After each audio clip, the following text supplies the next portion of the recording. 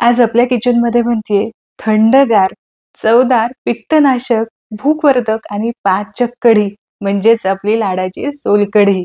उन्हाळ्यात सोलकढी अत्यंत फायदेशीर ठरू शकते. यामध्ये वापरलं जाणारं कोकम आणि नारळाच्या दुधामुळे नैसर्गिकरित्या थंडावा निर्माण करणारे गुणधर्म असतात. यामुळे उन्हाळ्यामध्ये शरीराला थंडावा देण्यासाठी सोलकढी उत्तम ठरते. कोकणातील जेवणामध्ये तर सोलकढीचं अढळ स्थान आहे.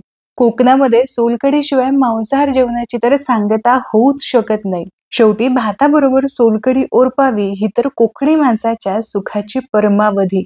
पण मला तर ही सोलकढी नुसतीच प्यायला खूप आवडते. चला तर मग सुप्रसिद्ध आणि अव्वल स्थान असणारी ही सोलकढी घरी कशी बनवायची हे पाहूयात. तर यासाठी एक मोठ्या आकाराच्या नारळाचं खोबरं काढून मी खिसून घेतलेलं आहे. आता हे खिसलेलं खोबरं आपल्याला मिक्सरच्या जारमध्ये काढून घ्यायचंय. मोठं जार तुम्ही घ्या. आता नारळ घेत असताना कसा निवडून घ्यायचा ते सुद्धा पहा, म्हणजे दूध जास्त प्रमाणामध्ये पडलं जातं. सोलकढी बनवण्यासाठी नेहमी थोडासा ओलसर असणारा नारळ निवडायचा. या नारळाच्या खोबऱ्यामध्ये भरपूर प्रमाणामध्ये दूध असतं. जर नारळ थोडासा सुकलेला असेल किंवा जास्त जरी सुकलेला असेल तरी सुद्धा दुधाचं प्रमाण हे ओल्या नारळाच्या तुलनेमध्ये थोडंसं कमीच पडतं.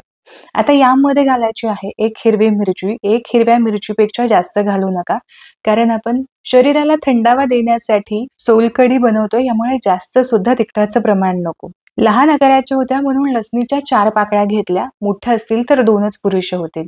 1 चमचा जिरं घ्यायचं, 1 चमचा साखर घ्यायची आणि चवीपुरतीचं मीठ घ्यायचं.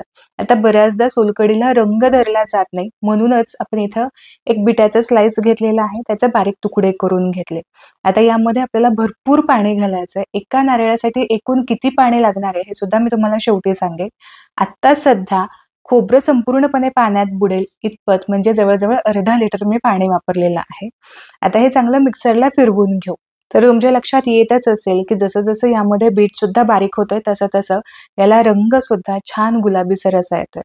तर इथे 2-1 मिनिटांसाठी खोबरं मिक्सरला बारीक फिरवून घेतलं.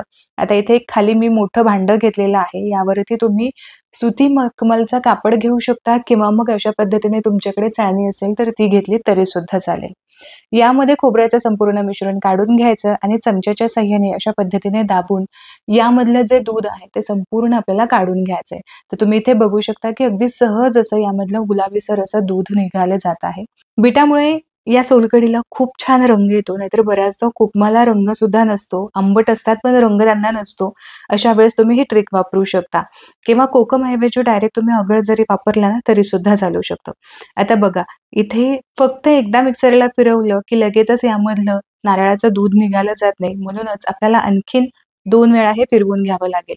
तर खोबरं बुडेल इतपत यामध्ये पुन्हा पाणी घालायचं. तर पुन्हा मी अर्धा लिटरच पाणी इथे वापरलेलं आहे.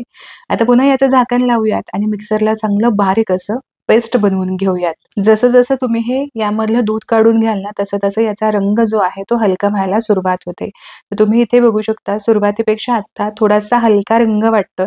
पुन्हा यामधलं जे दूध आहे ते संपूर्णपणे आपण निथळून पिळून घेऊयात. चमच्यापेक्षा तुम्ही हाताचा सुद्धा वापर करू शकता. अगदी व्यवस्थित असं यामधलं दूध निघालं जातं.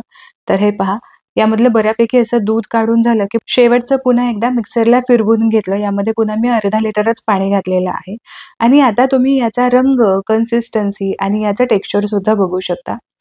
मिक्सरच्या भांड्याला जे काही खोबरं चिकटलेलं होतं, जे काही दूध चिकटलं होतं, ते सुद्धा थोडंसं पाणी घालून मी काढलेलं आहे. आता यावेळेस मात्र हाताने चांगला दाब देऊन यामधलं दूध संपूर्णपणे पिळून घ्यायचं आहे. हाताने चांगला दाब देऊन यामधला संपूर्ण अर्क मी काढून घेतलेला आहे. आता फक्त इथे चौथ्या उरलेला आहे की ज्याचा काहीच उपयोग नाही, कारण यामधले सगळे पोषण तत्व खाली दुधामध्ये उतरलेले आहेत आणि आता फक्त हा चौथ्या उरलाय. फक्त तुम्हाला भाजीला, आमटीला दाटसरपणा आणण्यासाठी तुम्हाला हे वापरायचं असेल तर तुम्ही वापरू शकता. तर हे बघा, परफेक्ट असं नारळाचं दूध इथे निघालेलं आहे. तुम्हाला जर थोडंसं दाटसर हे वाटत असेल तर आणखीन एक अर्धा ग्लास तुम्ही यामध्ये पाणी वाढवू शकता. तर सुरुवातीपासून ते आत्तापर्यंत ना मी इथे जवळ-जवळ 1.5 ते पावणे 2 लिटर पाणी वापरलेलं असेल. कोकम मी इथे आधीच अर्ध्या तासापूर्वी पाण्यामध्ये भिजत घातला होता. हा चांगला चुरून घेते, यामधला अर्क पूर्ण काढून घेते. जर तुमच्याकडे कोकम आगळ असेल तर ते तुम्ही डायरेक्ट इथं वापरू शकता. कोकम यामध्ये असंच न टाकता चहाच्या गाळणीने यामधून गाळून घ्यायचं आहे. 8-10 कोकम मी पाण्यामध्ये भिजवून घेतले होते. एवढे कोकम पुरेसे होतात, पण आधी थोडंसं टेस्ट करून पहा. जर तुम्हाला आंबटपणा थोडासा कमी वाटला तरच तुम्ही आणखीन जास्त वाढवू शकता. तर कोकम चांगला पिळून मी यामध्ये घातलेला आहे. मिक्स करून घेऊ. जर आगळाचं प्रमाण किंवा कोकमाचं प्रमाण कढीमध्ये थोडंसं जास्त झालं तर अशा वेळेस थोडीशी साखर यामध्ये वाढवायची. जर कमी वाटली तर तुम्ही यामध्ये आगळ एक्स्ट्रा वाढवू शकता. तर इथे परफेक्ट अशी सोलकढी झालेली आहे. आवडत असेल तर यामध्ये अगदी बारीक चिरलेली कोथिंबीर घालायची. खूप थोडीशी घालायची, साधारण चमचाभरच पुरेशी होते. आणि इथे जबरदस्त चवीची अशी सोलकढी तयार झालेली आहे, जी फ्रीजमध्ये 2 दिवस आरामात टिकते.